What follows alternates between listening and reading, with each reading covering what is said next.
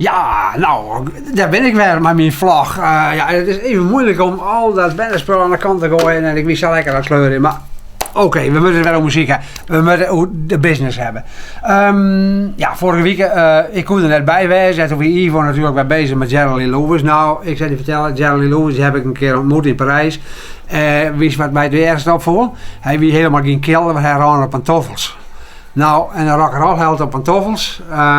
Nou, daar ben ik net zo van onder de indruk. Rama, maar goed, hij is een oude held en dat brengt mij dan op een oude held, Albert Hammond. Albert Hammond die in de jaren 70 die gigantische hits met It Never Rains in California en Free Electric Band en nog een paar nummers die ik al lang vergeten ben, want ja, dat weer de jaren 70. Maar ik zit tegenover Albert Hammond en Albert Hammond zei van, ik heb... Wist wel hoeveel platen ik verkocht heb? Ik zei, ik heb geen idee. Hij zei, ik heb 360 miljoen platen verkocht. En toen dacht ik van, shit, hoe vaak heb ik tegenover een man zitten die 360 miljoen platen verkocht heeft? Dat is eigenlijk net zo vaak voorkwam. Tenminste, de laatste tijd niet meer. Dus dat is, ja, dan denk ik, ja, dan heeft men toch wel iets bereikt. Ik bedoel, ja...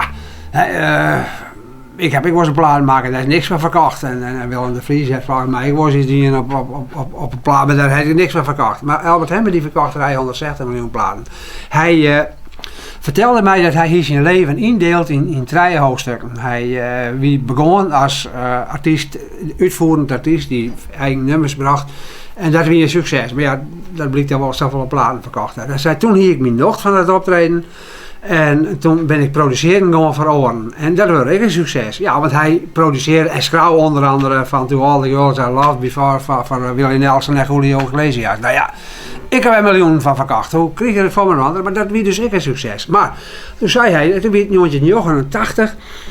Ja, en toen miste ik iets. Want als ik optreden, dan zag ik de mensen in de zaal die glimlachten. Ik zag een lach op de gezichten van de mensen. En wat miste ik dat? Want als ik op mijn kamertje zit, op mijn zalkjemmeke vest zit, schroon, terwijl ik was een love before van Willie Nelson en Julio Iglesias, dan zie ik niks. Dan zie ik de meesten net lights en ik maak dat vest en ik stuur het op. En er gebeurde verder niks. Hij zei, dus dat, ik ben inmiddels nog een zegter, maar ik dacht, ik ga weer het podium op. En zo gezegd, zo gedaan, hij begon weer en hij hier eerst 100 man in de zaal en nu bent er weer meer dan 1000. En dat is toch heel knap.